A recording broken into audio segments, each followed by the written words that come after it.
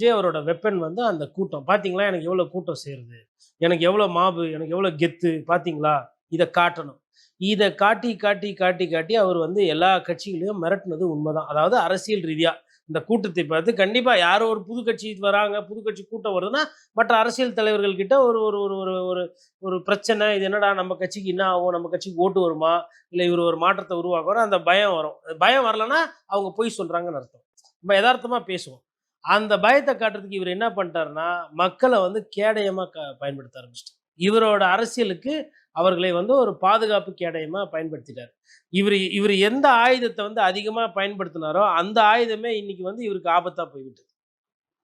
இந்த கரூர்ல கூட்டுன கூட்டத்த, இவரு கொஞ்சம் கொஞ்சம் ஒரு ஒரு சட்டமன்ற தொகுதியா போய் பிரச்சாரம் பண்ணியிருந்தா இந்த அளவுக்கு ஆயிருக்காது. இல்ல, முன்னாள் நைட்டே போய் எதனா ஒரு ஊர்ல தங்கிட்டு காலையில விடிஞ்சதுக்கு அப்புறம் அந்த ஊர்ல போயிட்டு அந்த மக்கள சந்திச்சுட்டு, மதியம் ஒரு ஊரு, இரவு ஒரு ஊரு முடிச்சுட்டு கூட அவரு சென்னைக்கு வரலாம். ஆனா, அவர் அதெல்லாம் விரும்புறதில்ல. அவர் வந்து தான் ஒரு விவிஐபி.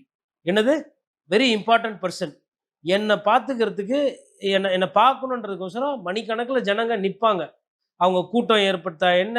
அவங்களுக்கு தண்ணி இருந்தா என்ன? சாப்பிட்டா என்ன? வெயில்ல நின்னா என்ன? அத பத்திலாம் கவல இல்ல. விஜய அவன் பார்க்கணும். அதனால நான் லேட்டா தான் போவேன். அப்படின்றத அந்த சிந்தனையினால தான் பண்ணாங்க.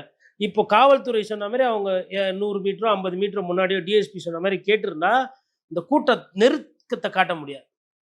ஒரு மாரி டீசென்ட்டா, டிசிப்ளினா நின்னுருப்பாங்க. அந்த கூட்டத்த காட்ட முடியாது. நான் என்னோட சக்திய என்னான்னு காட்டுறேன் பாருன்னு சொல்லி முயற்சி பண்ணும்போது, விளையாட்டு விபரீதமானது. அதுதான்.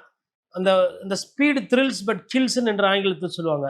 இந்த மாரி அதிகப்படியான மக்கள் அங்க கூட்டி, கூட்டி, கூட்டி, கூட்டி அது வந்து இன்னைக்கு வந்து ஒரு பேரிடர்ல அதாவது this is a man made disaster. இந்த டிசாஸ்டருக்கு முக்கிய காரணம் ஐயா விஜய். எனக்கு தமிழக அரசின் மீது ஒரு கோவம், ஒரு வருத்தம் என்னன்னா, ஏ1 சேர்க்கல. என்ன விஜய் பார்த்து நீங்க பயப்படுறீங்களா? அப்படின்றதே நான் பகிரங்கமா குற்றச்சாட்டா வைப்பேன். ஏன்னா, இதே வேற ஒரு கொலை கேஸ் ஆயிருந்தது. இது வந்து culpable homicide not amounting to murder. அப்படின்னும்போது என்ன அர்த்தம்னா, ஒரு சிறுவன் வண்டிய வேகமா ஓட்டிட்டு போயிட்டு, ஒரு சாலையில இடிச்சு 3, 4 பேர் ஆயிருந்தாங்கன்னா, ஜுவனைலா இருந்தாலும் அந்த சிறுவன கைது பண்றத பார்த்துருக்கோம். 2, 3 உயிர் சேதம்னாலுமே.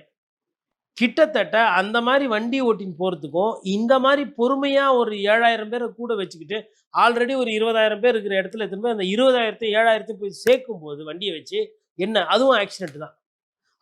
அதே பார்வையில நான் இதையும் பார்க்குறேன்.